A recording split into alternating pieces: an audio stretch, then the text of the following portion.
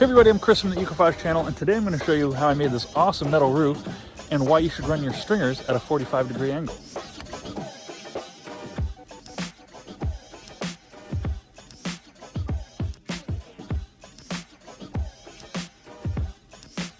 Okay, we got all of our underlayment, our ice guard, we got the purlins, the stripping on the edge of the roof there where the actual gable end cap is going to screw down so that we have screw holes the whole direction all the way down.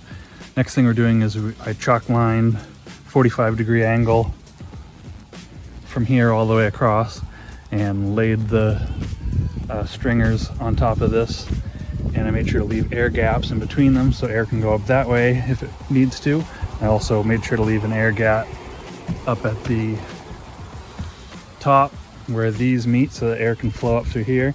And then to make sure I gapped all these correctly, I made this board, which is 21.5, and that just fits right in between so that we can gap this all the way down real quickly without having to keep pulling out the measuring tape.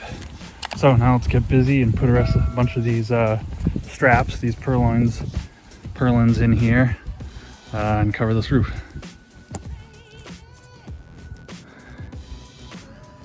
All right, so there's the diagonal purlins or stringers done. Now I'm just going to put small spacer blocks to fill this gap so the eave cap can get nailed down, but leaving gaps here so the air can breathe. And then let me show you a detail. See over here we leave a gap for air to go through. And then we also leave a gap here where the stringers meet, just so that air has the ability to go if it wants to. So there's lots of airflow here, from the corrugated edge to the gaps in the board to the gaps up top, lots of airflow. Which brings me to my most unique tip about the diagonal stringers on your roof.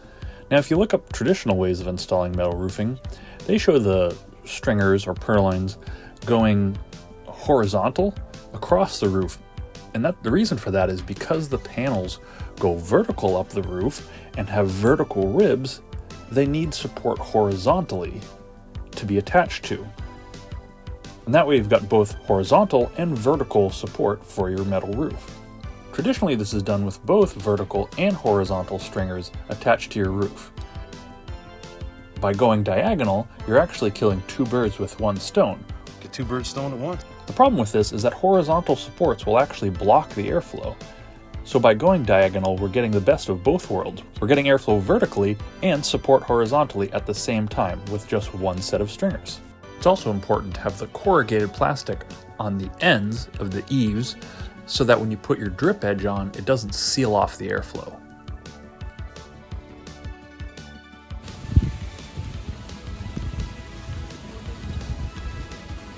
Okay, there we got our stringers on both sides of the roof. Now we can start putting the metal drip edge on here and start laying the metal panels down.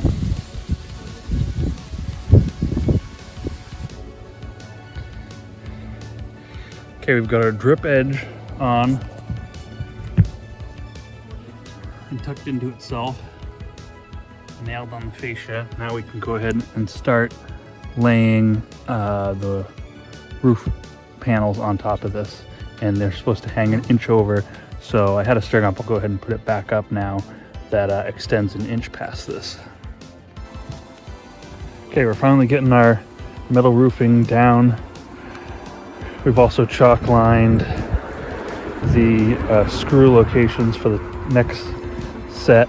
We're overlapping quite a bit. You only need to overlap a foot, but just with the way the metal comes, we're overlapping a little bit more than 2 feet, which will just make it that much more waterproof for water, wind-driven rain trying to come up through here. We've got our strip of butyl tape just a little bit below the screw line for the second row. Row comes up here, right to where the vent is. We have our ridge cap to go on there. And then the next thing that's kind of difficult is I mark off where the poles go where the stringers go. And then I try to, let me see if I can see any here. Try to do a little bit of a chalk line. There's a chalk line there where the stringer goes, because the hard part about doing it this style, the diagonal style, is it's a little bit easier to lose track of where these stringers are. So I make sure to mark them off as you're doing them and keep chalk lining over your panels so you know exactly where the stringers are, so that you can fire the screws in easy, because that begins to get a little bit tough if you don't keep track and don't mark off where your stringers are. So that's my suggestion for that.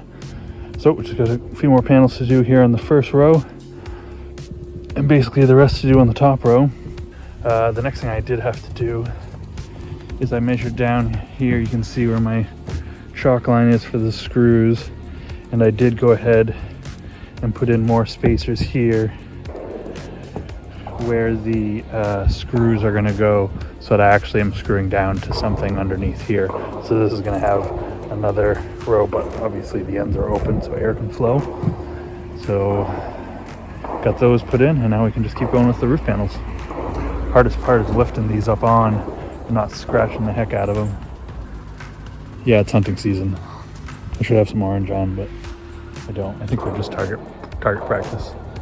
Annoying, but anyways, let's go ahead and get some more of these panels on. Okay, so I was showing you I take a pencil and I mark the stringers so that then when I overlap the panel I can see right where the stringer is and the angle it is, so that then I can put the first screw into this panel, which holds down this edge, but blindly I know exactly where the stringer is because of that mark that I marked when the stringer was exposed right in the middle. So I definitely recommend you doing that. I also have been keeping track of where the line is for the roof edge and where the butyl is, so I'm sure that my screws are entering in above the butyl so they're sealed off. And then as I lay the panel down, I also come up here and I check and make sure it's basically, this is the edge of my roof is right here, so the vent's right there and we're lined up perfectly with the vent, so we're doing good. And we're almost done with this side, getting pretty close. Let's go back and pull off all these stickers afterwards. Pulled a few of them off, not too hard. Then while we're here, we'll do our marks for the stringer. And then this one up here. Now we can start doing the next panel. The other thing I wanted to show you is this is the length of screw I went with, and this makes it so that I've got enough length to penetrate, so I can penetrate the board, penetrate my stringer, and I've got basically the exact thickness left to go into my decking plywood material, and then maybe just barely poke through, but it's almost the exact length I need. Too short and I'd just be grabbing these stringers and not getting the full grip of the plywood underneath. So I thought I was being real smart. I went on to homedepot.com. I went to the specific product I was using for roofing, went down to product description, found additional resources, and found the original instructions that for the installation of these roof panels. So I printed out these instructions, familiarized myself with them. The diagrams are really good. They show you where all the butyl tape needs to go and enclosures, except for one item. I was not aware that there was so much butyl tape required between every single panel. I knew it was required for end lapping and on the edge for the enclosures, but nowhere in these instructions do they specify that butyl tape is required in between every single panel. So I laid down a whole course of panels before I realized I had to backtrack, lift up the edges, and run the butyl tape in between these panels. So don't do that. Make sure you run the butyl tape down the top edge before you put your next panel on, and I definitely recommend leaving the backing on it so that you can position your panel, and then once it's in place, screw one screw down somewhere in the middle, and then you can just lift up the edge and pull that backing down all at once, and then press the panel back down on top of it. Next thing I would do is walk along the ridge or press on the ridge to really seal the butyl tape down. Which brings me to another point I have, which is walking around on these metal roofs. You actually can't damage them by walking on them. It's actually fairly thin metal. And it seems like it would be smart to walk on the ridge because of the shape. It would probably have the most structural integrity, but actually you want to walk on the flats. There'll be a lot of flexing, but as long as you're walking on your stringers, any flexing will be minimized and it just pops right back. It's fairly safe to walk on the ridges, but I did end up crinkling one of my ridges at one point by putting too much weight.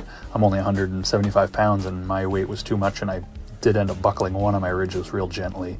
So walk on the flats, walk on your stringers, and my other tip would be to treat it like thin ice. Spread your body out, like lay down flat on the roof and spread your body weight out over as much space as you can, and you're going to minimize any sort of pressure points that might crease the panels. One tip I can give is when you're running your butyl sealant along the edge of the two panels, don't let it pull out and unravel itself, because it can actually start, if you start pulling the tape too early, you can start stretching out the line and it'll start pulling itself out and losing this backing too early. And that becomes really annoying because you need this backing to push on here. So what's best to do is unroll the roll like this.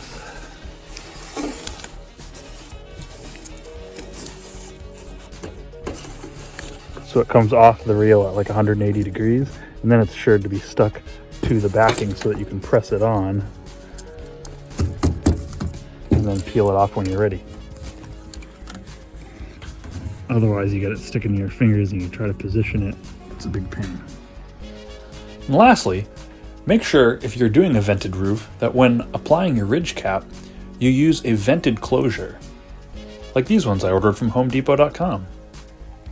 This will allow the air that's built up under your roof and running up it to get out at the top without letting bugs and critters in. Hey everybody, thanks for watching. If you like this video, make sure to give me a thumbs up. Subscribe if you're not already. Check out some of these other cool projects I built, like this building I built with a vented roof, and more videos on this garage that we're sitting on top of right now. And I'll catch you guys next time.